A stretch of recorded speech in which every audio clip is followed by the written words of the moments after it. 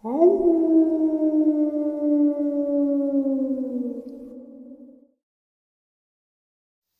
greetings and salutations, everyone. I hope everyone is still doing well, and welcome to, depending on wherever you may live or however you choose to read your clock this early morning or middle of the night bonus upload. Before we jump into it, a couple links. As many of you know, I rely on Patreon, PayPal, channel membership, and the merch to help the channel to continue to grow and go. Links to Patreon, PayPal, and channel membership is in the description below. Merch displayed directly under the video. Also, Dogman Frightening Encounters, Volume 1 through 3, the audiobook versions. They were written and researched by Tom Lyons, narrated and produced by me, Jeff Nadolny. Those audiobooks are available on Audible, Amazon, and iTunes, links to which are also in the description as well. And finally, last but definitely not least, if you'd really like to help support the channel to continue to grow and go, simply subscribe. It does not cost a cent. Click that like button, takes half a second. If you don't want to miss out on any of the informative uploads I put out daily, click that bell icon, and folks, please leave a comment. Why? Well, because all of these things really do help the channel to continue to grow and go. And yes, folks, they definitely do matter. Now, everyone, I have taken far too much of your time. Let's jump in to this middle of the night or early morning bonus upload, shall we? So, by covering and discussing Dogman and cryptid encounters, I sometimes talk about these reptilians, these mysterious creatures that seem to have a very high intellect, that seem to penetrate even our inner government. Well, I kind of wanted to discuss a little bit about where they possibly came from and who exactly they may be. As long as humanity has kept records of its existence, legends of a serpent race has persisted. These myths tell of a mysterious race of superhuman reptilian beings who descended from the heavens to participate in creating humankind and to teach the sciences, impart forbidden knowledge, impose social order, breed with us, and watch over our development. These serpent-like beings were not alone, but were a part of a retinue of super beings thought to be gods by the ancients, yet in cultures as widespread and diverse as those of Samaria, Babylon, India, China, Japan, Mexico, and Central America, reptilian gods have been feared and worshipped. To this day, the dragon and serpent signify divine heritage and royalty in many Asian countries, while in the West, the serpent represents wisdom and knowledge. The symbol of two serpents coiled around a staff, originally signifying the tree of knowledge of ancient myth, known as the caduceus, is today used by the American Medical Association as its logo. Interestingly, stories of reptilian beings who exercise mind control over human captives while performing medical procedures on them has been emerging from the research of some of the best-known UFO investigators, such as Bud Hopkins, John Carpenter, Linda Moulton Howe, Yvonne Smith, and many others. These stories, told by average, mentally competent Americans, have emerged independently of one another in different parts of the country, but have not yet received much public attention. They tell of human encounters with creatures that have distinct reptilian features: webbed claw-like hands, large golden eyes with vertical slit pupils, scaly greenish/brown skin. Such stories have circulated around the UFO research community for many years, but few experts have had any idea on how to interpret the tales. So unbelievable and so frightful are they that in the past many researchers merely filed them away in their minds for future reference, rather than risk looking foolish or being ridiculed. Little by little, at UFO conferences around the country, abductees and researchers learned of each other's similar experiences with reptilian creatures, and gradually the stories became public. Today, researchers agree that there is a variety of entities involved in the alien abduction scenario, including the familiars, Greys, tall, human-looking blondes, the Nordics, the Reptilian, the Anunnaki, the hybrid, half-human, half-alien. In addition, there seem to be variations of each of these that imply crossbreeding and considerable diversity. It is not clearly understood how each type interacts with each other, although they are often reported seen together. MUFON findings. John Carpenter has kept close track of the abduction phenomenon. He is the director of abduction research of the Mutual UFO Network, or MUFON, one of the largest and most credible organizations dedicated to the scientific study of UFOs and abductions. Carpenter holds a master's degree in social work and is a highly qualified hypnotherapist who works as a psychiatric social worker in Springfield, Missouri. Since the late 80s, he has been working with more than 100 abductees and compiled information on hundreds of others. In addition, he is in contact with other researchers in the field. He has been involved in 10 cases where experiencers have described reptilian entities, and he is aware of researchers in other parts of the country with similar cases. Abductees often have distinct claw-like cuts and bruises on their body after their apparent abduction. Carpenter summarized what he knows of these beings in his regular column, Abduction Note, MUFON UFO Journal, April 1993. Typically, these reptilian creatures are reported to be about 6 to 7 feet tall, upright with lizard-like scales, greenish to brown in color, with claw-like four-fingered webbed hands. Their faces are said to be a cross between a human and a snake, with a central ridge coming down from the top of their head to the snout. Adding to their serpent-like appearance are their eyes, which have vertical slits in their pupils and golden irises. Perhaps the most frightening and most controversial part of these stories are claims that the creatures occasionally are reported to have blank with the abductees. Supporting Carpenter's findings is a MUFON study that had financial assistance from the Fund for UFO Research. This massive study, known as the Abduction Transcript Project, is an attempt to collect and correlate information on hundreds of abduction cases through the use of sophisticated computer database. In July of '95, at the organization symposium in Seattle, Washington, Dan Wright summed up the findings based on 142 separate cases and 560 transcripts. Wright said a fair reading of those sessions indicates strongly that multiple groups of entities have been routinely intruding into the lives of Americans, children as well as adults. So, when a so-called reptilian is repeatedly described as having the same scaly skin tone, claws for fingers, and an extreme interest in sexuality, one must pay attention. The study's preliminary results indicate that the reptilian types have been reported in a relative small percentage, less than 20%, of the cases being studied.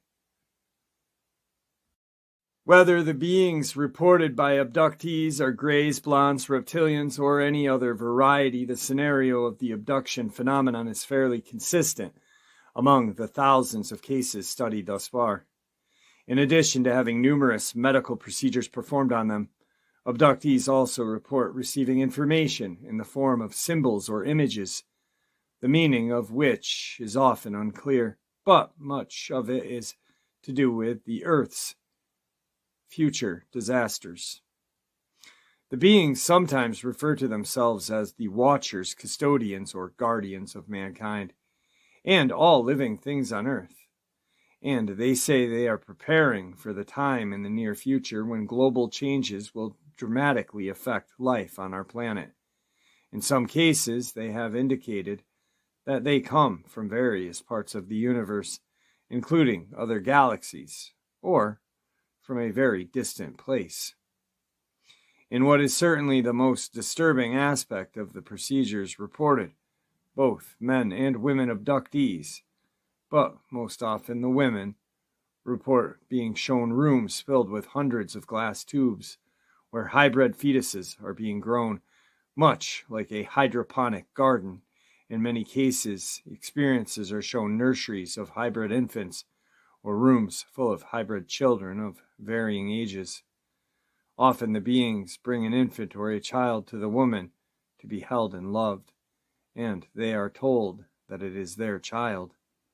These events were reported by alien abductee Betty Anderson Luca, whose case has been the subject of investigation for more than 20 years, and who has been the subject of 4 books by UFO investigator Ray Fowler. In his book, The Watchers, Fowler reports on a hypnosis session in which Betty remembered being told by beings who had taken her aboard their ship that men will become sterile because of the polluted environment. Further, she is told that there are good and bad watchers, which Betty refers to as angels. She is warned that there are some who are against men, that will hurt and destroy mankind. References to watchers, good and bad angels, and hybrid babies can be found in many ancient texts, including the Old Testament, which borrowed much from the older documents, including the books of Enoch. The prophet Enoch is mentioned in Genesis as the son of Cain and the father of Methuselah, and he is believed to be one of the pre-flood patriarchs who, along with Noah, walked with God. Genesis 5:24, 6:9, books written by anonymous writers credited to Enoch, were given great credence by early Jewish scholars, and thus influenced the writers of the Old Testament. Parts of the book, Enoch written in Aramaic, were found among the scraps of parchment in the cave of Qumran in 1947, having been placed there nearly 2,000 years ago by Jewish sect known as the Essence. These, of course, are the Dead Sea Scrolls. Another version exists in Ethiopia. According to Aramaic texts, Enoch was the first among the children of men born of the earth, who had learned writing, science, and wisdom from the angels. In one writing, the Book of the Watchers, we learned that the Watchers are angels, and that there are good and bad Watchers. We are told that the Watchers are angels of the Lord, come down to earth to instruct the children of men, and to bring about justice and equality on the earth. But in the case of the wicked or bad angels, the science they teach turns to wicked ends because of their sins. Their sin is that they permit their sexual appetite to dominate them. When the evil watchers descended and beheld the daughters of men, they began to corrupt themselves with them. When the sons of God saw the daughters of men, they could not restrain their inclinations. These watchers fall from grace with God when Enoch traveled to heaven in physical form to testify against them. He tells God that the watchers had begun to go unto the daughters of men, so that they became impure. As punishment for their sins of the evil watchers against mankind, God destroyed humanity, including the hybrid race of beings who are the offspring of humans and the watchers, by causing a great flood. The evil watchers are put into a fiery pit and imprisoned by the 4 chiefs of the good watchers, the archangels: Michael, Sariel, Raphael, Gabriel. Another interesting reference to the watchers was found in the same cave as the books of Enoch, but was not known until 92, when two biblical scholars, Robert Eastman and Michael Weiss, published their book, The Dead Sea Scrolls Uncovered. Among the 50 documents released for the first time in this book is a reference to the Watchers that is unique, for it provides one of the few physical descriptions of them. The text, called the Testament of Amram, describes the experience of a person named Amram, in which an angel and a demon were wrestling over his soul. I saw the Watchers in my vision, the dream vision. 2 men were fighting over me. I asked them, "Who are you? And you are thus empowered over me." They answered me, "We have been empowered and rule over all mankind." They said to me, "Which of us do you choose to rule you?" I raised my eyes and looked. One of them was terrified in his appearance, like a serpent, his cloak many-colored, yet very dark. And I looked again, and in his appearance, his visage was a viper. I replied to him, "This Watcher, who is he?" He answered me, "This Watcher, and his 3 names are Belial, and the Prince of Darkness, and Kind of Evil." What makes this testament even more intriguing is the fact that this little-known character named Amram is quite an important personage. Amram, it turns out, was the father of one of the most famous contactees in history, the man who delivered the Jews from slavery in Egypt. This person is, of course, none other than Moses.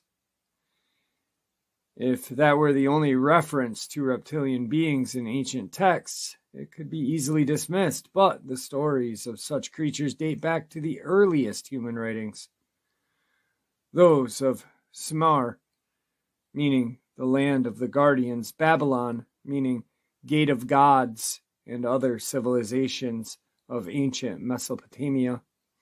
Among the thousands of clay tablets that have been recovered and translated dating from the earliest recorded history are documents that record events dating back 240,000 years. One of these, the Sumerian king list, tells the story of God, Anu, chief god of an extraterrestrial race called the Anunnaki, and his son Enki and Enlil. It is clear from the texts and illustrations left by the Sumerians that at least some of these gods, including Enki, also known as E, were reptilian in appearance. It is Enki who gave the first people the fruit of the tree of knowledge and who later saved humanity by warning a Noah-like figure of the great flood. These stories are so similar to the Old Testament that one can only conclude that the Old Testament's authors borrowed heavily from them. In a Sumerian tale, Enki is given the task of creating the workforce to help the Anunnaki till the soil and mine the ore, which they came to earth for. This he does through considerable trial and error, in the process creating strange creatures. The legend implies that Enki possessed a highly advanced technology that included the capability of genetically altering the indigenous species, using a mysterious process to create a clay-like substance. He was able to bind upon it an image of the gods, indicating that Enki used Anunnaki genes to create a hybrid species. It also implies that some of the early humans may have had a reptilian appearance.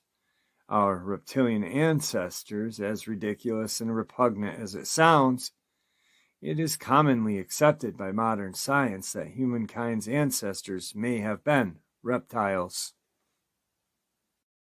According to the Darwinian explanation of the origins of the human species, mammals evolved from reptiles and gained domination over the earth only after a great disaster of debatable nature destroyed the dinosaurs. It is theorized that only then were mammals able to proliferate and ultimately evolve into intelligent beings. It is rather remarkable that the ancient Sumerian story of creation should parallel so closely to the Darwinian view. In both cases, humans are said to be related to a superior reptilian race, and in both cases, a great cataclysm eradicates the early species. In the Bible, it was the hybrid race of giants known as the Nephilim that God wished to destroy. Finally, in both stories, the survivors of the disaster start anew, eventually evolving into humans. In his book, The Dragons of Eden, esteemed astronomer Dr. Carl Sagan speculates on reptilian origins of humans and on the mysterious leap in brain evolution that can be found in fossil record. He notes that if people had evolved naturally from reptilians, as Darwinists claim, it should have taken 200 million years for mammals to first evolve, and then another 5 to 10 million years for humans to evolve. But he notes with extreme puzzlement that the fossil record simply does not bear out this conclusion. In fact, the evolvement of mammals, and particularly humans, was accomplished very quick in a major burst of brain evolution. The evidence for this is clear, in fact, that stone tools do not appear gradually, but rather they appear in enormous abundance all at once. In frustration, Sagan concludes that there is no way to explain this, unless Australopithecines had educational institutions to teach toolmaking. Of course, there is another explanation, but not one that any mainstream scientist would dare to touch. That alternative is to admit that God or godlike beings had a hand in accelerating the evolutionary process. Sagan goes on to puzzle over the similarities between the reptilian brain and the human brain. He points out that at the core of the human brain lies a vestige of our reptilian past. This part of our brain is known as the R complex, or reptilian complex. It is said to be part of the mind that performs the dinosaur functions: aggressive behavior, territory, ritual, and establishment of social hierarchies. The middle layer is called the limbic system and is thought to generate love, hate, compassion, and other characteristics believed to be strictly mammal. The largest part of the human brain, the neocortex or outer layer, is believed to be the home of reasoning and the place where we know the difference between good and evil. Once again, science seems to agree with the ancient creation myths, for it has knowledge of good and evil given by the serpent that caused the first woman and then man to fall from grace with their creator. If the creator was reptilian, then it could be that by becoming mammal-like and developing a neocortex, humanity became less reptilian, thus falling from grace. Other ancient texts bear out this disturbing conclusion. In 1945, a small town in Egypt, a clay jar was found bearing ancient scrolls similar to the Dead Sea Scrolls. These are known as the Nag Hammadi texts, named after the town where they were found. They tell the story of human creation this way. The bodies of Adam and Eve were overlaid with a horny skin that was as bright as daylight, like a luminescent garment. Thus it seems they did not need clothing. Further, this text tells a far different story about the tree of knowledge than told in Genesis. She took some of its fruit and ate, and she gave it to her husband as well. Then their minds opened, for when they ate, the light of knowledge shone for them. When they saw their makers, they loathed them, since they were beastly forms. They understood very much. In another ancient Jewish document, known as the Haggadah, it is made clear that the serpent is not merely a snake. Among the animals, the serpent is notable. Of all of them, he had the most excellent qualities, in some of which he resembled men. Like men, he stood upright on 2 feet, and in height he was equal to a camel. His superior mental gifts caused him to become an infidel. It likewise explains his envy of men, especially his visits were conjugal. In punishment for tempting Eve, God said, "I create you to be king over the animals, but you were not satisfied. I created you of upright posture. Therefore you shall go upon your belly." These tantalizing clues from the dim past seem to give at least some support for an idea that today's UFO occupants, reptilian or otherwise, are exactly who they say they are, the ancient guardians of humankind. If that is so, then the theory that UFOs were piloted by aliens from other planets must be carefully reevaluated. But whatever the answer is, it is clear that UFO researchers have their hands full in dealing with this enduring and perplexing mystery. Well, there you have it, folks. Tonight's or this morning's early morning, middle of the night bonus. I hope you all enjoyed it as much as I enjoyed sharing it with you. I'd like to thank you all for supporting the channel. It is your support, after all, that keeps the channel growing and going, and what gives folks like us a chance and a place to share our experiences and theories judgment-free, simply treated with the respect that we all deserve. Thank you. Please, everyone, stay safe, happy, healthy, and ever vigilant, keeping an eye on our children, pets, family, and friends. These creatures are real. They are out there, and they are dangerous. Share this information with those you love and care about, and it may just help save their lives someday. Until next time, never stop asking questions, never stop searching for the truth, and God bless.